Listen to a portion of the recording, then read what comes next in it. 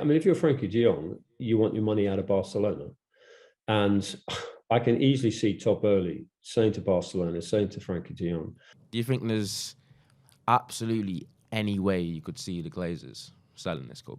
They're probably not really going to listen to, certainly not going to listen to journalists like me. Certainly my limited engagement with the Glazers would highlight that. He would be emotionally engaged. You see, many things I object to about the Glazers.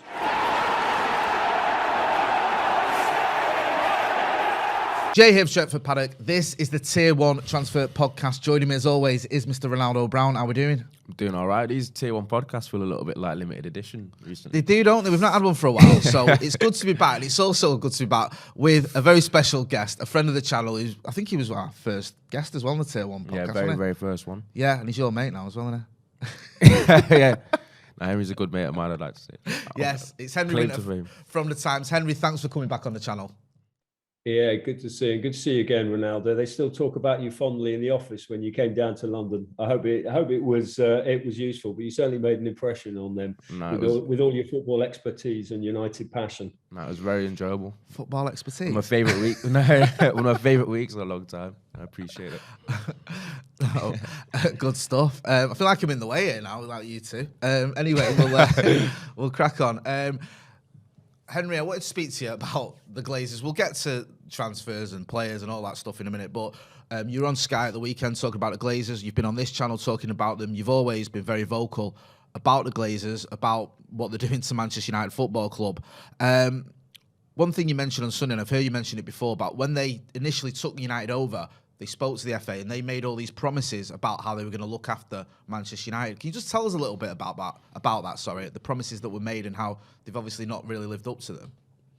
Look, the FA were never going to be the strongest policeman in the village. They're just not like that. They're just not strong enough to deal with clever American businessmen who come over. Was it 2005? And I remember that the FA rather sweetly, in a very English way, invited them for sort of tea and probably cakes at the FA offices. And the Americans must have thought, well, this is going to be an absolute doddle, because the supposed force for authority, the custodians of English football generally, i.e. the Football Association, are just going to be pussycats who can be flicked out the way by the Glazers. So, that was a concern. I think maybe if someone had been a little bit stronger with them and just say, listen, you are looking after one of the great English world sporting institutions, look after them with care and we'll be watching you.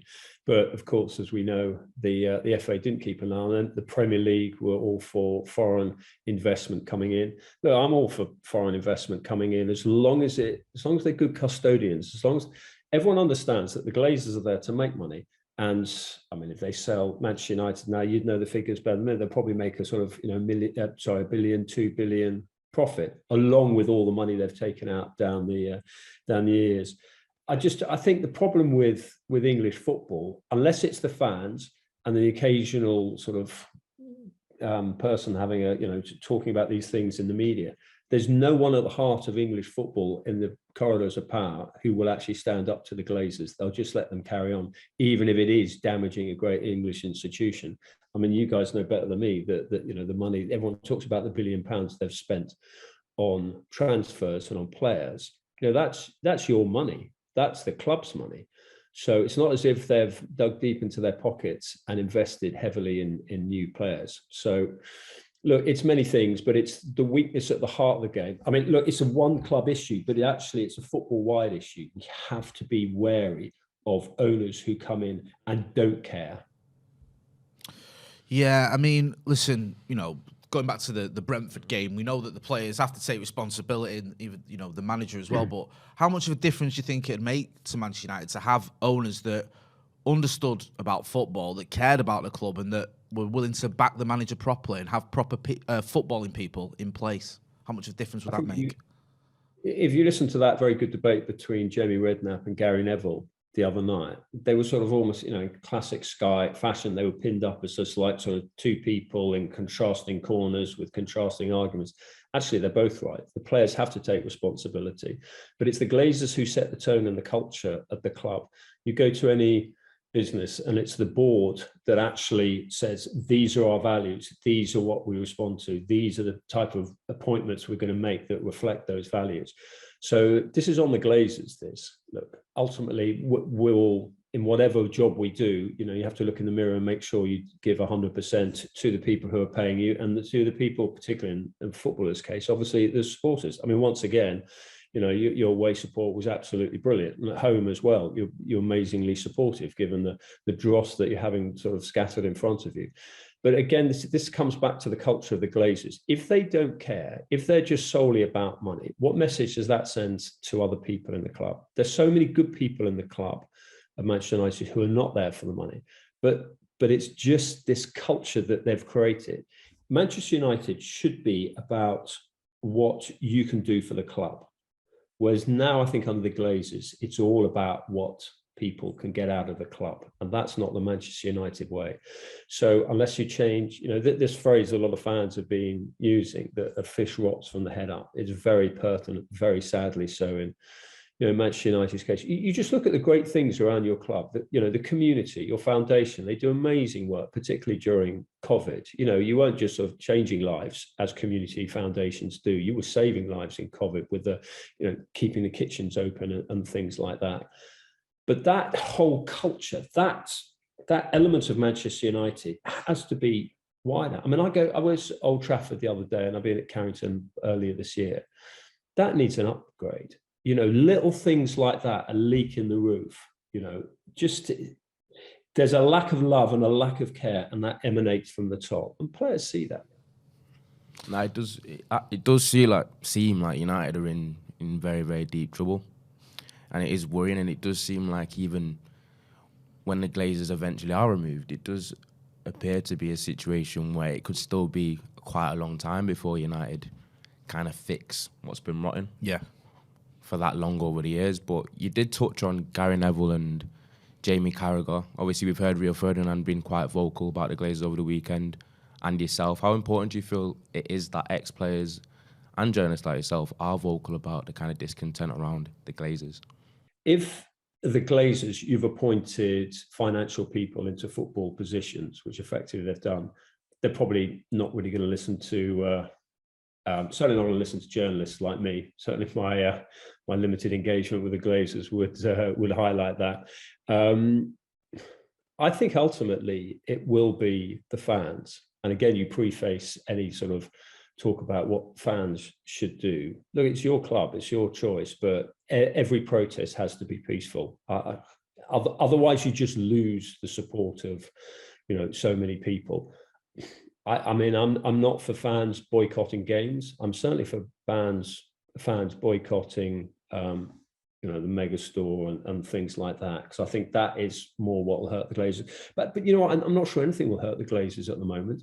I just think that they will be thinking this is a long-term thing. We'll have a few bumps in the road, and then we'll be able to take £2 billion pounds out ultimately in the future. And they wouldn't have actually put that much in at the beginning. Look, these debates that are going on about, people throw around the phrase PICs, payments in kind, the leverage buyout, the money taken out. It's actually pretty disgraceful when you think about it, because you are going in, I'm effectively going in and buying my neighbour's house and using his money to do it. It just simply cannot be right what they're doing. I think my neighbour would be slightly surprised anyway, but and he's a United fan. So yeah, look, it's wrong from the head up, but this is a long-term. So in terms of, I just think what the fans are doing in terms of the vocal protests, I think those are really important. I think you've got something planned for the Liverpool game. Yeah, I mean, look, you probably don't want me to bring up Liverpool, but Liverpool, their owners, American owners, kind of understand football. They understand you need to invest. You look at how they're rebuilding new stands. Done the main stand, and now they're doing the Anfield Road, and they've invested in the club, they've invested in the training ground. But ultimately, and this is probably the greatest indictment of the Glazers, they've just appointed badly. I'm not talking about coaches. I think Ten Hag is a good coach. He needs time, but ultimately, maybe what you also needed from Ajax were Mark Overmars and Edwin van der Sar. I was always wondering whether Van der Sar would have a chance at him coming over, but after seeing what's happening at United, I feel like it's a Yeah. Why leave a well-run football club to come to Manchester United? you're kind of thinking, would it tarnish my legacy? Sorry, you are still Manchester United. This is an argument we had on Sky at the weekend. You are still Manchester United. You still, the fact that, there are amazing media operations like yours that, go out to millions of people. The fact that the Times will put Manchester United on the back page quicker than any other football name is because of the power. It's because of the power of Manchester United. You're still a huge club. I know you guys are so close to it that you maybe not actually see how it's so important for you emotionally. But as a club and as a name, I'm not using the word brand, you're still so powerful around the world. If I go and talk, if I go abroad and go through customs and people say, "Oh, you're a journalist. What sort of journalist are you?" And you go football, and their eyes light up and they have a chat. And they will always ask about Manchester United. What's happening at Manchester United, even though you've been rubbish for 10 years. No, we saw that. We went on the tour. We went to Thailand. We went to Australia. We're fortunate enough to be able to go and cover that. You're right. We saw it from fans all over the world, basically. From the other side of the world, the passion and the understanding they have of how big Manchester United are. I think it's a shame that we don't see that passion from the owners in the boardroom. Nice. But look, also, Ronaldo, the flip side of it is look at the delight that's being taken by so many people in football or outside football who don't like Manchester United. Again, the fact that, Liverpool and City and other fans are absolutely loving your current troubles. Again, that shows how important Manchester United are, because apathy is the scariest thing in life. Yeah, that's true. No, everyone's reveling in it. I wish I'd have gloated a bit more when we were winning things, to be honest. Yeah, there's this whole thing with opposition fans where you feel like they almost enjoy United's turmoil more than their own success. But your time will come again, because football's cyclical. Exactly, but I feel like it feels a bit of like a golden question a little bit though. But do you think there's absolutely any way you could see the Glazers selling this club? I mean, not really, not with the way the television rights are going. I mean, maybe if a Jim Radcliffe comes in, possibly, because of his genuine interest in sport, he would be emotionally engaged. You see, many things I object to about the Glazers, if you own, obviously, ultimately the fans own a club, but if you own something as special as Manchester United, even if you're not soccer fans like the Glazers, just get involved. I mean, look at Arsenal. I mean, Stan Kroenke, Silent Stan, has not been a particularly good owner, but his son, Josh, has stepped in and he's supported Arteta. He's understood the process, as they call it there. So you just think the Glazers, what do you get out of life? Is it just money? Where is if you came and built a relationship with the fans, the players, and actually sort of could see close up, hang on a sec, the roof is leaking here. The training ground's not quite right. Our central midfield's a mess. Our defence is a mess. We've got an ageing superstar centre forward who really shouldn't be at the club anymore. Get close up, see it, change it, recruit well. I mean, the recruitment of Liverpool and Manchester City, increasingly Arsenal, you wouldn't believe the quality of these people behind the scenes. Obviously, front of house with the players, but also little things like the specialists that they bring in. Manchester United need to do more of that. The Glazers need to appoint better or get involved. And then ultimately, and this is the point I'm trying to make, and the only language the Glazers understand, Manchester United will be worth, I don't know, I'm guessing, say 4 billion. It could actually be worth 5 billion. So the Glazers could get even more out if they invest a little bit more time and more money and more intelligence in it. Ultimately, they're just sort of sitting miles away, 3,000 miles away. They've got their investment ticking over. It's, there are few sort of, there are obviously many issues, but it doesn't seem to bother them. But I think longer term, if they were cuter, they could be making even more money out of Manchester United.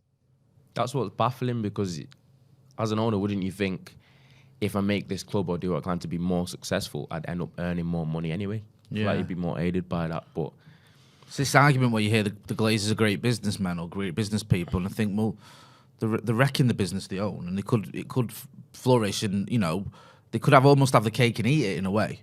But look at Chelsea. I mean, if Chelsea at 4.5 billion, including a new stadium. I mean, sorry. Okay, so it's in the middle of one of the greatest cities in the world. West London. But it's pretty hemmed in. I mean, how much is Manchester United worth? I mean, 5 billion. You guys are closer. You probably know what it's worth. But I mean, it should be 6-7 billion. So if they just invested a little bit more, but they seem a little bit cheapskatey. Yeah, I think that's an understatement. Yeah, definitely. Understatement. But if we move on a little bit from the Glazers, because I feel like it's really upsetting speaking about it. So I'm going to speak about something else that's upsetting. Yeah, Manchester United. and that's United, and that's the United dressing room. We know that you obviously have a close relationship with one or two United players. You've been in and around the dressing room in the past. Can you give us any idea what the atmosphere is at the moment? I mean, nothing that I've had from players that would indicate, just from what I can see and from what I can hear, the mood's obviously poor. I just think that I'm a huge fan of Ten Hag, and that's why I supported him. You know, we've chatted about this in the past. But I'm slightly disappointed that he wasn't more decisive when he came in, and that was to address the captaincy issue around Maguire, to address particularly Ronaldo. I mean, I'm a huge Cristiano Ronaldo fan. I've been very fortunate to cover his career for clubs and country, and he's just an absolute joy to watch and the supreme professional. But I just think it's sad now you're coming to a stage when someone at 37 who did brilliantly last season, you know, if there had been a moment and there'd been someone at the club intelligent enough to have actually gone, Cristiano, you've just been an absolute legend here. We're going to build a statue of you. We're going to name all lounges or whatever after you, maybe part of the training ground because you were such a dedicated trainer, and had an emotional parting of the ways. And he left with everyone singing his name. I just worry now that he's tarnishing his legacy is too strong a phrase, because his legacy will always be huge at Manchester United. When he does leave, everyone ultimately will step back and go, thank you for the memories, thank you for the goals, thank you for the trophies, thank you for that supreme dedication, which really some of our younger players could actually do with emulating. And I would just wish Ten Hag would have come in and maybe been backed by people around him, and they said, actually, if you want Ronaldo out at 37, and also tactical reasons, can he press as much? You know, we saw that in 2 games so far this season. You know, then do that. And I mean, Ten Hag is your future and Ronaldo is your past. And you've got to make that break. Emotionally, I know it might be difficult for some, but I find it, professionally, I find it sad listening to increasing numbers of, you know, your colleagues, Manchester United fans, turning against Ronaldo. And that's why I think the sooner he leaves, the better. The issue is, of course, where does he go? And I think if the Glazers, this is another thing. I mean, Ronaldo, you're right, you know, to try and move us away from the Glazers. But I do think a lot of this with Ronaldo comes back to the Glazers. Do the Glazers genuinely want him to go when they see that he is your biggest iconic name around the world, and what that means for shirt sales, for the image of Manchester United, for sponsorship deals? You know, I'm sure the marketing people would rather keep Ronaldo, but this has to be a football decision. And if you look at it from cold footballing facts, and for the future of Manchester United on the field, Ronaldo has to go. Do you think he will? Do you think he will go this summer? Because you mentioned that about the marketing value of him, and the Glazers might not want him to leave. And Erik ten Hag at first was saying he's going to stay, and now we're hearing that maybe that's changed. Obviously, Ronaldo, you know, is as unhappy as he can be. Do you think he will end up leaving this summer? Do you know, people criticise Ronaldo's sulkiness, and that is also... It's woven into him. He's a supreme winner.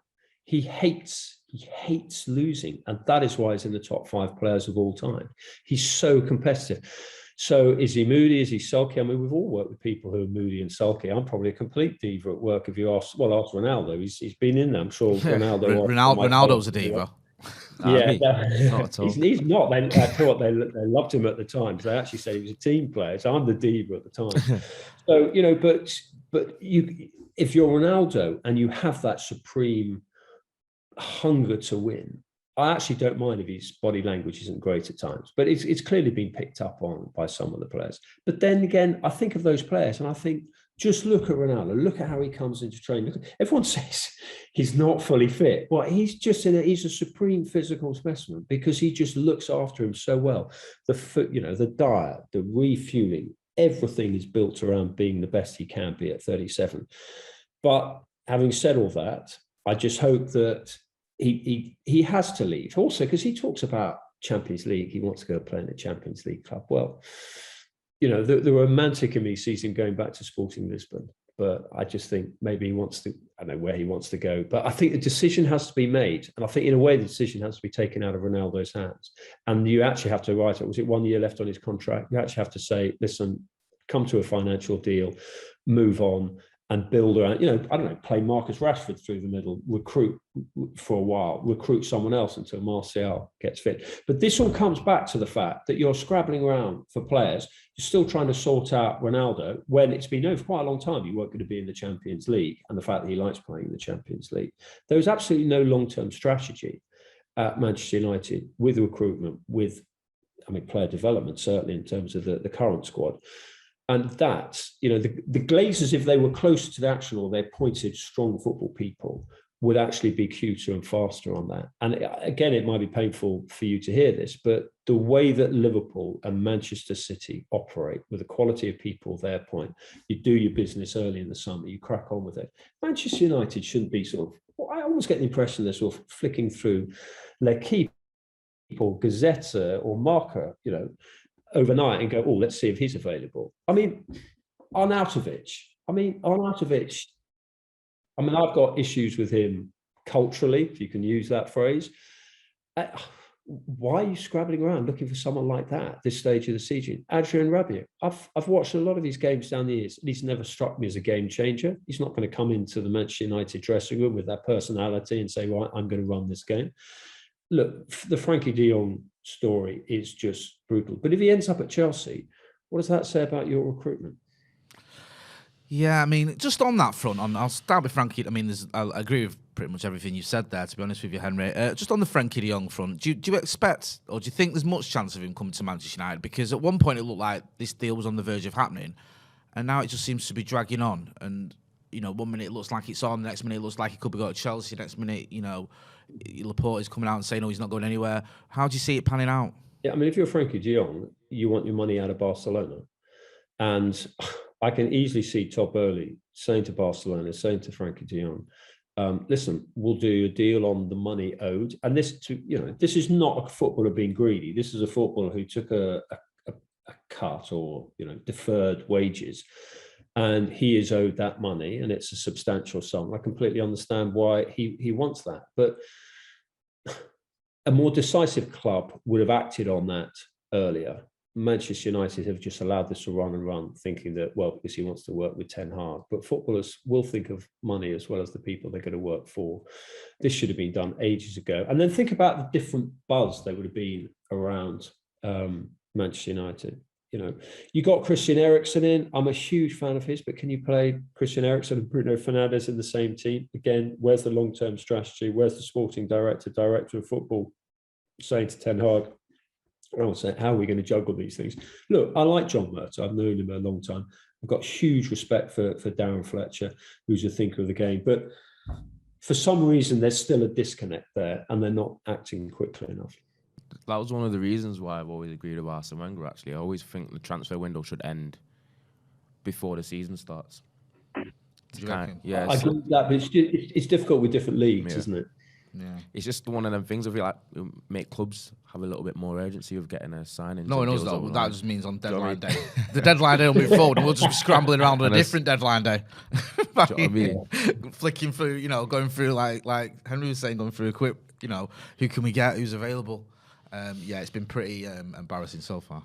Yeah, no, it has been, because it makes it seem as though United have just gone into the season a little bit short-handed, chasing someone for 3 months. Obviously, we've been linked with the likes of Adrian, Rabiot.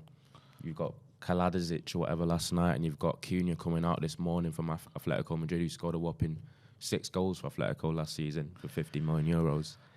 Do you see any of these transfers actually coming in and making that big of a difference in what's a terrible United team at the moment? Well, I can see players coming in, whether they'll make a difference. I mean, I think one of the saddest stories I've heard in the last 24 hours is the fact that they're willing to sell James Garner. I mean, look, James Garner he might not be Champions League level, but why not give him a chance? I saw, he fought in the Championship last year. Okay, it's the Championship, but you've got to be physically and mentally pretty strong, particularly if you're a Manchester United player on loan. And one of the England age group coaches said to me very early on with him, he said, this guy is really, because I saw Garner at St James's Park, and I said, he looks slight. And he said, he's tough as anything. Tell you what, if you're wandering around with a Manchester United blazer on and you've got a strong Scouse accent, you've actually got to have a certain, I don't know if you talked to him. I've only talked to him once at Forest. You've got to have a certain resilience about it. There must be one or two more players from within, whether it's Hannibal, whether it's Iqbal. I thought Iqbal and Savage did pretty well on the pre-season tour. Again, it's too early for them. But, sometimes look within. And I saw I went to the Brighton game. Yeah, I went to the Brighton game, didn't go to the Brentford game, watched the Brentford game on television. And I thought, I'll tell you what, there's some kids in the academy who would absolutely die for that opportunity. And they may not have the ability of some of the bigger name players, but they would certainly wear that shirt with more pride. There'd be sweat on it at the end. That statistic that came out that Brentford ran, was it 9K more than you? That's disgraceful. That really is.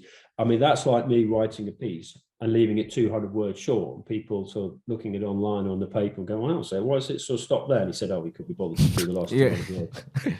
That's an analogy that works. It's, when you've mentioned James Garner, then apparently the price that he'd be quoted at being sold for, United fans were saying it's less than the dividends that Glazers have taken out in the past year. The whole Garner thing doesn't make any sense to me. I thought he'd at least get a chance. With the United first team. I've seen him at under-23s. I've seen him not at Lowe's, but I saw him at Forest, and he always seems to do well, especially in the FA Cup against Premier League opposition as well. So for him to be going, he's the type of player you need, because I understand the fans debate about Fred. They're both hard workers, honest characters, but they're too samey, and they're not going to ping a 50-yard pass. Garner can play those passes under pressure. I've seen him play. He's got good distribution. So look, I don't think Garner is the future for Manchester United's midfield. But why don't you just give some of these kids a chance? Also, Ten Hag. I was told when Manchester United's recruitment was going on for a manager that it was three things: to attack, youth, and to win. Garner gives you a chance. Garner certainly gives you that youth pathway. So.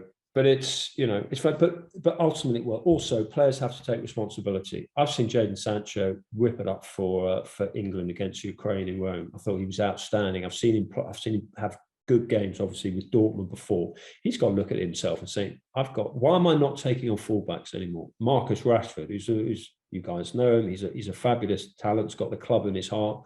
Why aren't these players, these good wingers, taking on fullbacks anymore? Just it's a confidence thing, and again that comes back to a broader thing throughout Manchester United. I agree. It's especially with the likes, like you say, of Sancho and Rashford. We know what they're capable of. Everyone just seems to be low on confidence at United, on and off the pitch. It's pretty it's a pretty dire place at the minute. Just finally, what you mentioned there briefly about John Murtagh, about Darren Fletcher. As fans, we were told, or we were given the impression this was almost like a new regime, that, the likes of Richard Arnold, the likes of Murtagh, Darren Fletcher sort of having a more prominent role, and things were going to be different in the way Manchester United operate. Do you feel that at all? Have you seen any evidence of that there is a difference since Woodward has moved on in particular and Arnold's taken over, or do you think it just feels more of the same?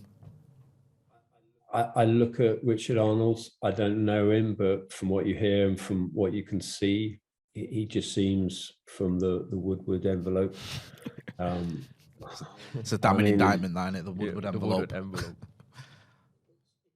It's about a balance. You do need the bankers in there, but football expertise is key.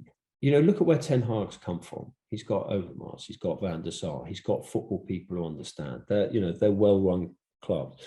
If I can mention Manchester City again, Begiristan, he's a football man who's got the sort of, the financial analysis, and he's got the influence. So, look, I hope it works out with Joe. John Murtagh cares about the club. He's been there for a while. He knows people there. Darren Fletcher, who's a really intelligent individual. I remember there was a game at Crystal Palace. I think about 2 months before he got the job, and I bumped into him outside. I think it might be during COVID or whatever, because there were no fans around.